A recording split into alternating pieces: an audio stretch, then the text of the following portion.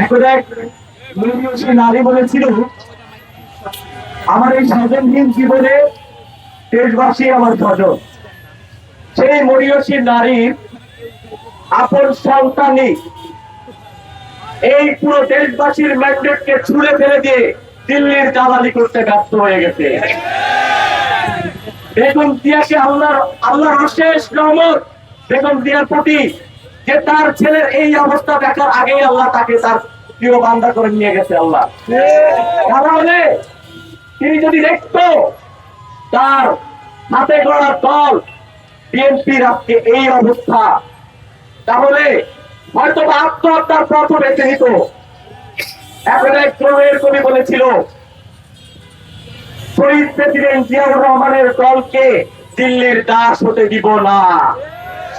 সেই প্রবীর কবিকে বাংলাদেশের বুকে বাঁচতে দেওয়া হয় নাই।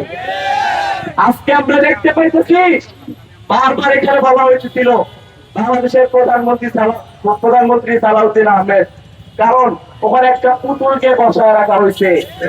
পুতুলের একমাত্র কাজ হচ্ছে টেবিল চাপড়ানো, কারণ তার মুখের কথা বলে স্বরাষ্ট্রমন্ত্রী, তার মুখের কথা বলে আইনমন্ত্রী, তার নিজের কোনো কথা নাই। সে তো আসছে এই বাংলাদেশে শুধু বেগম জিয়ার সন্তান হিসেবে নিজের পেশটা দেখানোর জন্য। লজ্জা লাগা দরকার। চট্টগ্রামের জনসমাবেশে প্রত্যক্ষ লাখ লাখ মানুষের সামনে, মিডিয়ার সামনে বলেছিল গণভোটে সবাই হ্যাঁ দিবেন। সেখানে আমরা যখন নির্বাচনের ক্যাম্পেইনে, যখন গণভোটের ক্যাম্পেইনে যাচ্ছিলাম বিভিন্ন রুট এরিয়াতে, রিমোট এরিয়াগুলোতে, সেখানে দেখছিলাম বিএনপির রিমোট এরিয়ার নেতা কর্মীরা বলতেছিল গণভোটে সবাই না দিবেন, সবাই না দিবেন, মুখে মধু অন্তরে বিষ দেন।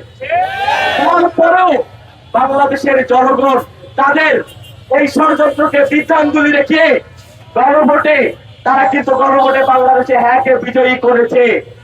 তারপরে এখন পর্যন্ত এই গণভোটের রায়কে নিয়ে বিভিন্ন ধরনের টালবাহানা করার চেষ্টা করা হচ্ছে।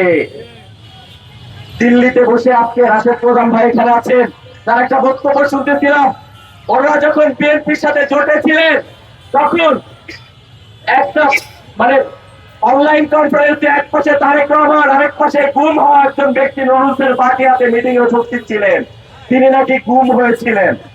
সেই গুম হওয়া ব্যক্তিটা, আমি জানি না, বাংলাদেশের মানুষ জানে না কার গুম এতটা শান্তিপ্রিয় হইতে পারে যে স্কাইপে বসে বসে মিটিং করতে পারে, যে বাংলাদেশকে নিয়ে ষড়যন্ত্র করতে পারে, দিল্লিতে বসে দিল্লির নেটওয়ার্ক ইউজ করে ভারতের আওতায় বসে কিভাবে মিটিং করতে পারে আমার জানা নাই।